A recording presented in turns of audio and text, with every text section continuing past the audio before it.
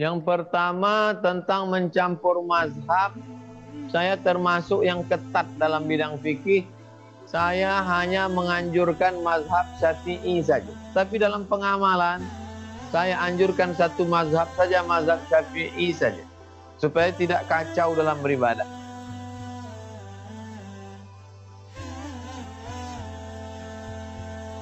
Assalamualaikum, mau bertanya Ustadz, maaf jika pertanyaan di luar tema. Apakah salah jika mencampur adukan mazhab fikih, misal dalam hal sholat? Lalu yang keduanya adalah amalan di saat pandemi ini Ustadz. Orang merasa banyak sekali yang sulit dalam keadaan pandemi ini. Ini apakah ada amalan khusus untuk agar kita bisa keluar dari kesulitan di masa pandemi ini? Tafadhol Ustaz. Yang pertama tentang mencampur mazhab, saya termasuk yang ketat dalam bidang fikih. Saya hanya menganjurkan mazhab Syafi'i saja. Walaupun saya berguru kepada mazhab Maliki 2 tahun di Maroko. Walaupun sebagian guru-guru saya di Sudan bermazhab Maliki. Walaupun saya juga ada berteman, bersahabat dengan mazhab Hambali. Saya tidak salahkan mazhab Maliki. Saya tidak salahkan mazhab Hambali. Kawan-kawan saya dari India, Pakistan, Bangladesh bermazhab Hanafi. Saya tidak salahkan mereka. Tapi dalam pengamalan, saya anjurkan satu mazhab saja, mazhab Syafi'i saja.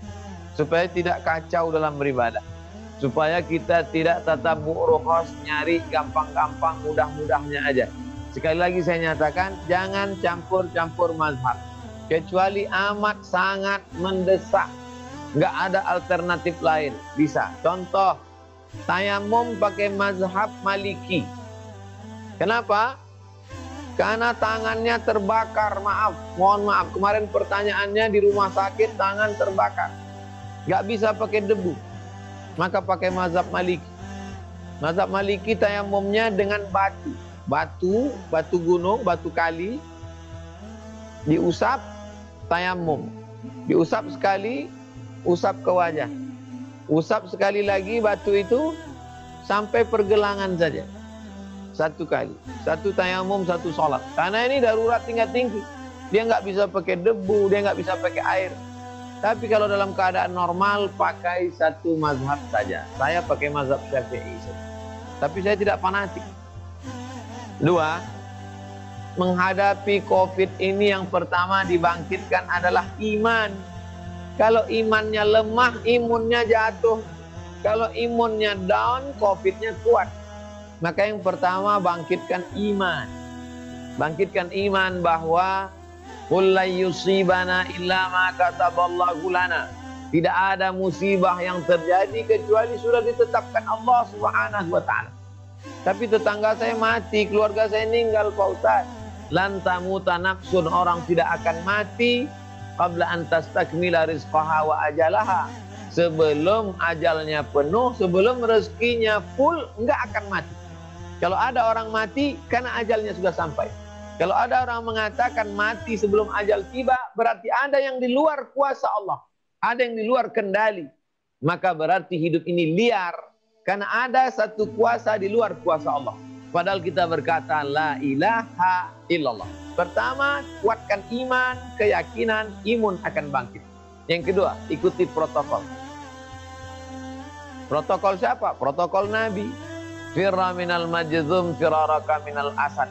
Jauhlah dari penyakit menular seperti engkau jauh dari singa. Nabi mengajarkan itu semua. Makanya mengukur berapa derajat Celcius, hand sanitizer, cuci tangan, menghindari sentuhan langsung, menggunakan masker, tetap ikuti protokol kesehatan. Itu bagian dari ikhtiar.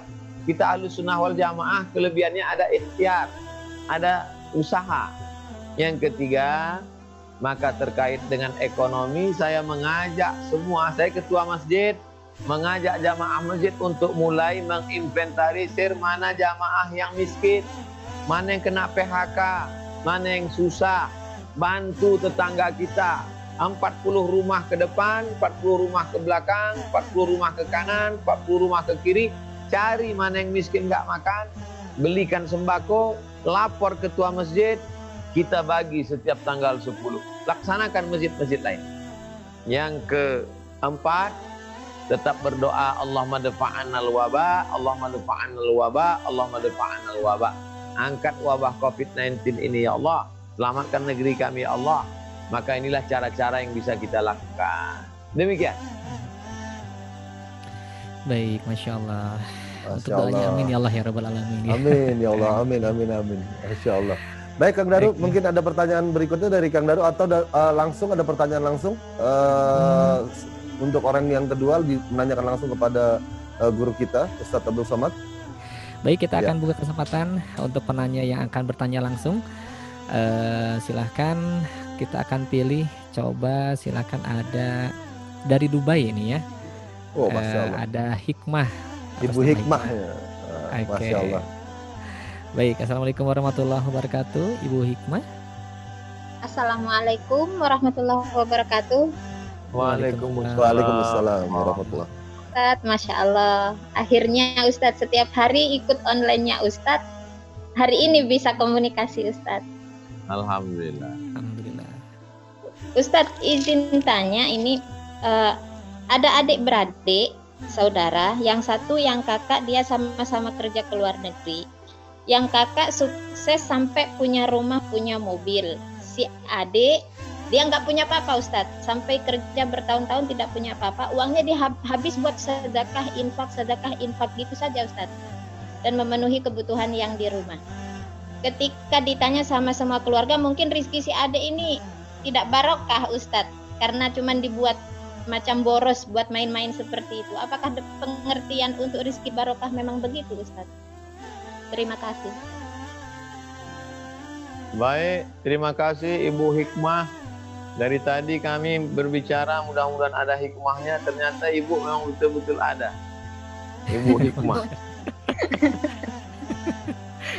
Masya Allah. La taj'al yadaka maghlulatan ila unuqika wa la tabsudha kullal basti fataq'uda maluman mahzura. Jangan kau letakkan tanganmu di tengkuk. Jangan pula kau buat tanganmu terlalu lebar. Ini kiasan. Jangan letakkan tanganmu di tengkuk, maksudnya jangan terlalu bakhil, pelit, medit, kedekut, pelit. Tapi jangan pula tanganmu terlalu lebar, artinya terlalu boros, semua kau kasih. Apakah orang yang memberikan semuanya itu disenangi Allah? Enggak. Nabi sendiri pernah ditanya oleh seorang sahabat, harta saya semuanya ambil untuk Islam. Kata Nabi, enggak. Kalau enggak mau semuanya asyatru, 50% setengah. Kata Nabi, enggak. Kalau enggak mau as-sulusu, sepertiga. Lalu Nabi ambil sepertiga untuk umat Islam, bukan untuk Nabi. Itulah dasar wasiat, hanya boleh sepertiga harta. Lebih dari sepertiga enggak boleh. Anta da'a warasataka aghniya, kau tinggalkan ahli warismu dalam keadaan mampu, mapan ekonomi, khairun, lebih baik. Min anta da'ahum alatan, daripada kau biarkan dia dalam keadaan miskin susah, yatakaffafuna 'alan nas, nanti anakmu minta-minta pada orang lain. Kada al-faqru ayakuna kufran, hampir saja kefakiran membuat orang jadi kafir. Fakir jadi kafir. Oleh sebab itu si adik mesti diluruskan pemahamannya, lanjutkan kerja, nabung, sedekah juga, bayar zakat, tapi jangan lupa nabung, pulang ke kampung buat modal. Karambaikan, ternak lele, ternak sapi, ternak kambing, bangkitkan ekonomi umat, lalu kemudian menjadi jutawan, menjadi orang kaya. Silakan bangun masjid, buat pondok pesantren gratis, buat lembaga wakaf. Tapi jangan lupa, kita mesti ada ikhtiar, mesti ada usaha menyimpan. Makanya dalam cerita Nabi Yusuf alaihissalam, ketika masa subur tanaman, simpan. Karena nanti ada masanya paceklik. Ini jalan tengah. Ada menyikapi harta ini sampai nggak boleh belanja sama sekali. Simpan, simpan, simpan. Ini nggak betul. Tapi ada pula semuanya dibelanjakan sampai nggak ada yang disimpan. Ini juga nggak betul. Islam itu pertengahan, moderat.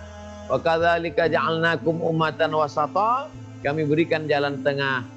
Zakat bayar, sedekah sunat, simpan untuk modal, kembangkan ekonomi umat.